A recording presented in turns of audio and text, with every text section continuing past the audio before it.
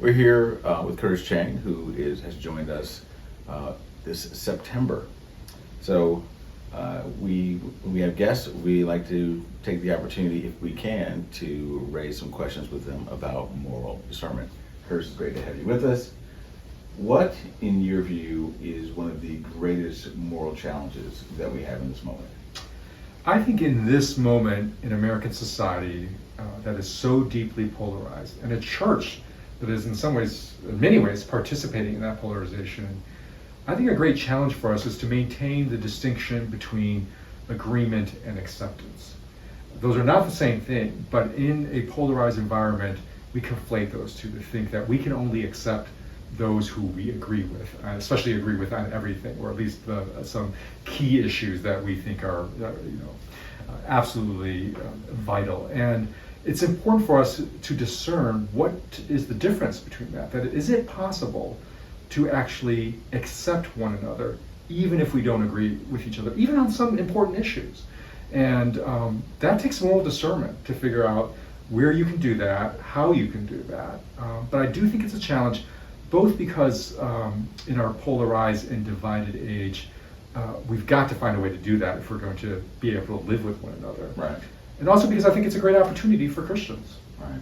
So it's both challenge and opportunity. That's right. Right. Yeah. So what is it about the opportunity? Well, if you're going to articulate a vision of what difference this makes, what kind of opportunity is it? I think the world is hungry for a vision of life, a vision of reality in which you can accept those you disagree with, when all of our secular partisan voices are saying that's impossible. I think we actually have a deep hunger for that, a deep human hunger for that. Think about any of our human relationships that really have meaning, our marriages, our families, parents and children. I guarantee anybody who has had a healthy marriage or a parental relationship has actually done the moral work of differentiating between agreement and acceptance. You just take it from somebody who's been married 30 years. You are not going to survive 30 years of marriage if you can't make a distinction between agreement and acceptance. So I think we deep down as human beings are hungry for that, the society is hungry for that, and the wonderful opportunity is as we as Christians, we live a story in which the difference between agreement and acceptance is at the heart of that story. And by that I mean the heart of our story is Jesus, where God sent Jesus, and as Romans says, he sent Jesus to be with us and to die for us, even while we were his enemies, even while we were sinners, even while we were not in agreement with God. And God was actually not in agreement with us. Right. He sent Jesus to produce an acceptance, to accept us deeply, so much so that Jesus took on all of humanity. So at the center of the Christian story is the difference between acceptance and agreement, and that where acceptance actually triumphs, even amidst disagreement. And so that is a great hopeful story that is at the heart of our faith, and which this moment in our society desperately needs. Oh, great. So you've probably heard a question like this many times. Some people would say, but what about standing for truth, right? Yeah. Or what about situations where a Christian, someone might say, well, I'm trying to be the one that accepts, but people seem to be disagreeing with me, right? So what when someone says that to you, in other words, they feel like, hey, what you're saying sounds great, but it seems like in certain circumstances that's harder for me to inhabit because of what they say that they're experiencing. I think we should accept and expect that it is going to be hard, because again, if this move towards acceptance that actually overcomes the divisions that disagreements produce, if there's a cross shape to that, if that is the shape of the Jesus story, well, the Jesus story then also tells us we ought to expect that's not going to be easy, that is going to meet resistance, that there are going to be forces in the world that want to pull us apart in that. So I think it is a great hope we have, but we should not at all be naive to think that this is not going to be a hope that comes without cost. And it's going to be difficult, but that is the call in this moment, is to pick up our cross, and that cross is the expression of Jesus and Jesus' vision for the world. Oh, great. So I'm curious, what has been sort of for you, you've written the book, The After Party, we're in this interesting moment. what has been sort of the most prominent form of pushback that people have given you about what you're proposing, what you, David, and Russell proposing? Yeah, I think it's actually a version of the resistance to this distinction between acceptance and agreement, because I think one very common form of critique that I would say mostly comes from the far right is a critique that says you cannot work with anybody that you disagree with. So for instance, you can't partner with organizations that you disagree with on some things. You can't receive funding from funders you disagree with on some things, because you have to have complete agreement for this to be acceptable.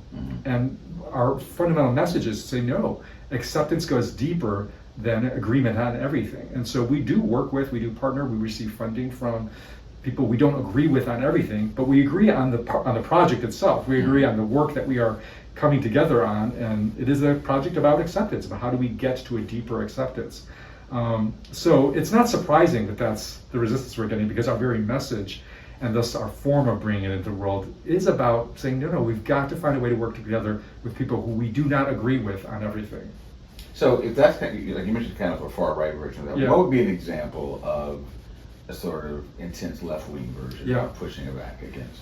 I think the intense left-wing version would be, this is another example of Christians mixing politics and faith. When the problem is to get faith entirely out of politics. And there we have to say, we are not trying to get politics out of faith. We're trying to get faith to inform our politics, to actually take priority such that our politics are defined most fundamentally by our faith in Jesus, our common faith in Jesus, not by our partisan identities. And so that's different than saying, let's just strip politics entirely out of faith and Christians shouldn't have anything political to say.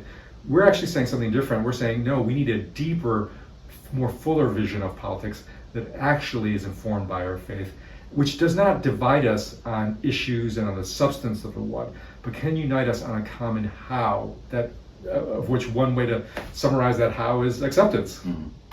Great. So what is your greatest hope for what Redeeming Babel does and for what the book does? What is it that you would most like to see in terms of the way that it would bear fruit?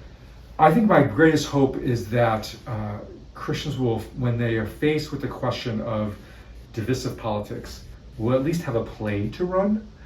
Because I think up until this point, I think many Christians, many pastors, students, teachers, and so forth, if you're not equipped, if you haven't really thought through, and not everybody has gotten training in this, they can feel paralyzed by the political division that grips our country, grips our church. And in the face of that, the temptation is to just withdraw, to just be silent, to kind of ignore this, hope it goes away, try to white knuckle your way through this next election season.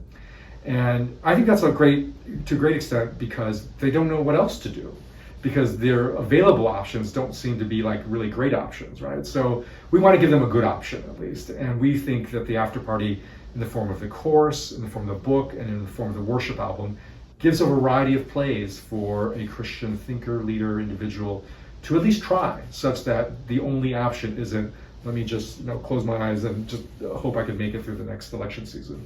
Wow. Great. Well, thank you, Curtis. Yeah. We really appreciate you taking a few moments for our social media here, and we look forward to how the event's going to go tonight. I'm really glad to be here. Wonderful. Yeah.